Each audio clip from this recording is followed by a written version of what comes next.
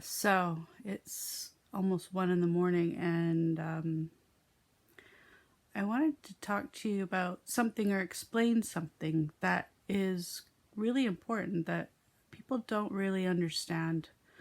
Um, I want to explain a little bit about what happens to people when they die in a hospital and what generally happens and how we process death in a hospital before we get a death certificate signed and or release the person to the funeral home.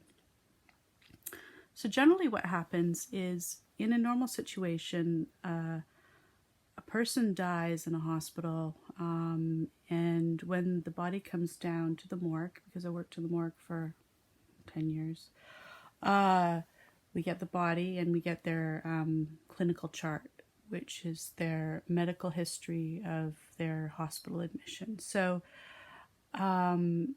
person who works in the morgue, which was me at the time, has the task of doing a clinical audit, which means reading their medical chart and making sure that they didn't die of a medical mistake, that their care was all appropriate, it was correct. There were no accidents, no mistakes, no mix ups. And so when I feel satisfied that the person died naturally and the hospital did everything that they could to preserve their life or do their very best, then I would say, okay, this person is free to go, essentially. And I would get the doctor to sign the medical certificate, the death certificate, with a cause of death. And yeah, they would be free to go to the funeral home. Okay, so in another situation, let's just say a person dies in their home and they get brought to the nearest hospital. And what happens is they get brought in the ambulance. They may have been attempts to resuscitation attempts may have been made, and they get pronounced dead essentially when they get to the hospital. There will be a small medical chart. So the body will then come into the morgue.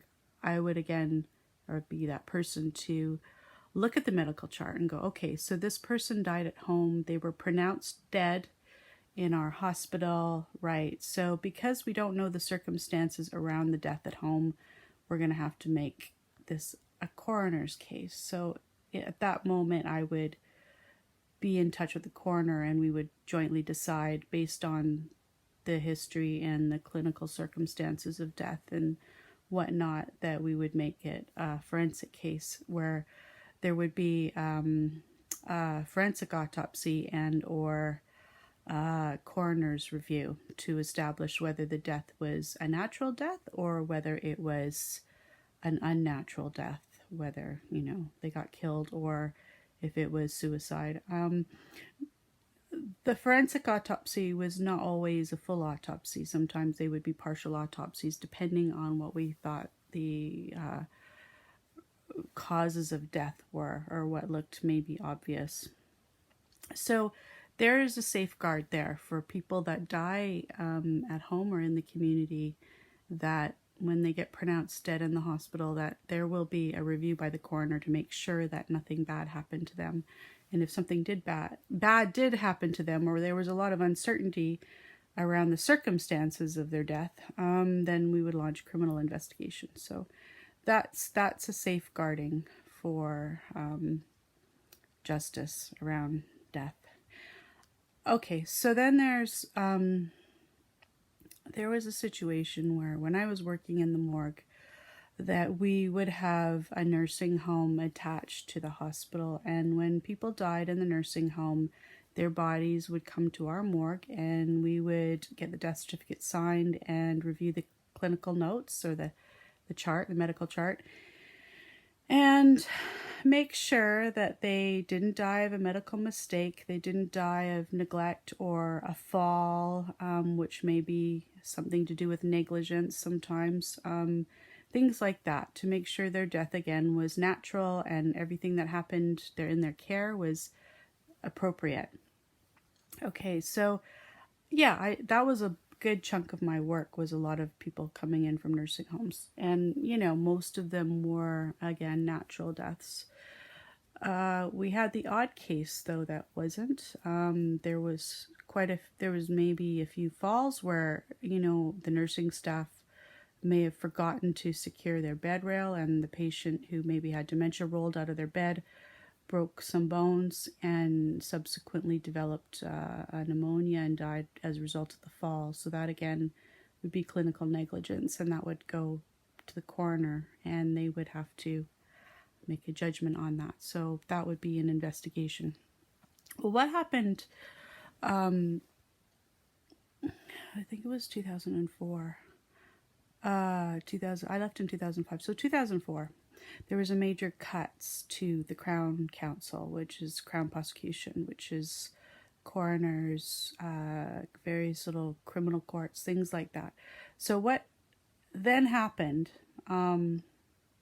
was they told me now that no nursing home deaths were going to be reviewed anymore.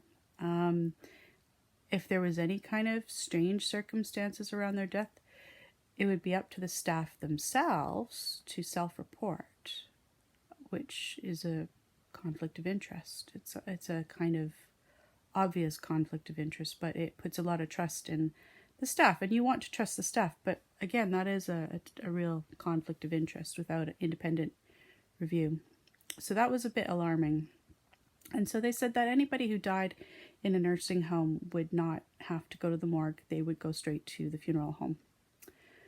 So if something happened to them in the nursing home, no one would know, unless there was family making a lot of noise or contacting the media. No one would know if something bad happened. So they would just go. I found that very, very difficult. That really upset me a lot.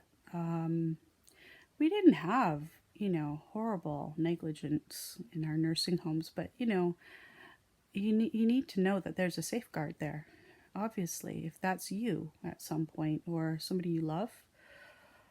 And then another alarming thing happened was older people who died unnatural deaths. Obviously, forensic autopsy and coroner involvement is a lot of work. It's a lot of paperwork. It's a lot of reviewing for the pathologist who is there at the autopsy, having to look at all the samples of the organs and be there. A lot of pathologists really can't stand doing autopsies. It's just, they would really rather not. And so they'd like to avoid it like the plague.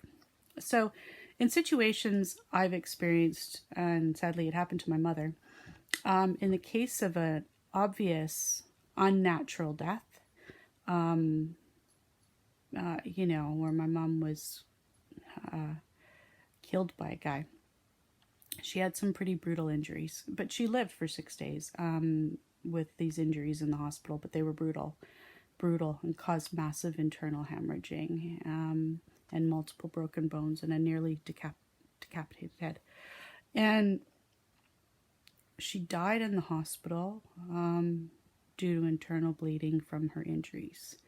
Now, at that point, I'd already left the hospital. I quit my job because I didn't feel I could do my job with any sense of ethics if they were going to start sweeping under the rug people that really needed reviews. They needed to have some justice. I mean, it wasn't just old people. There were addicts as well. Addicts that were, found dead or unresponsive on the street.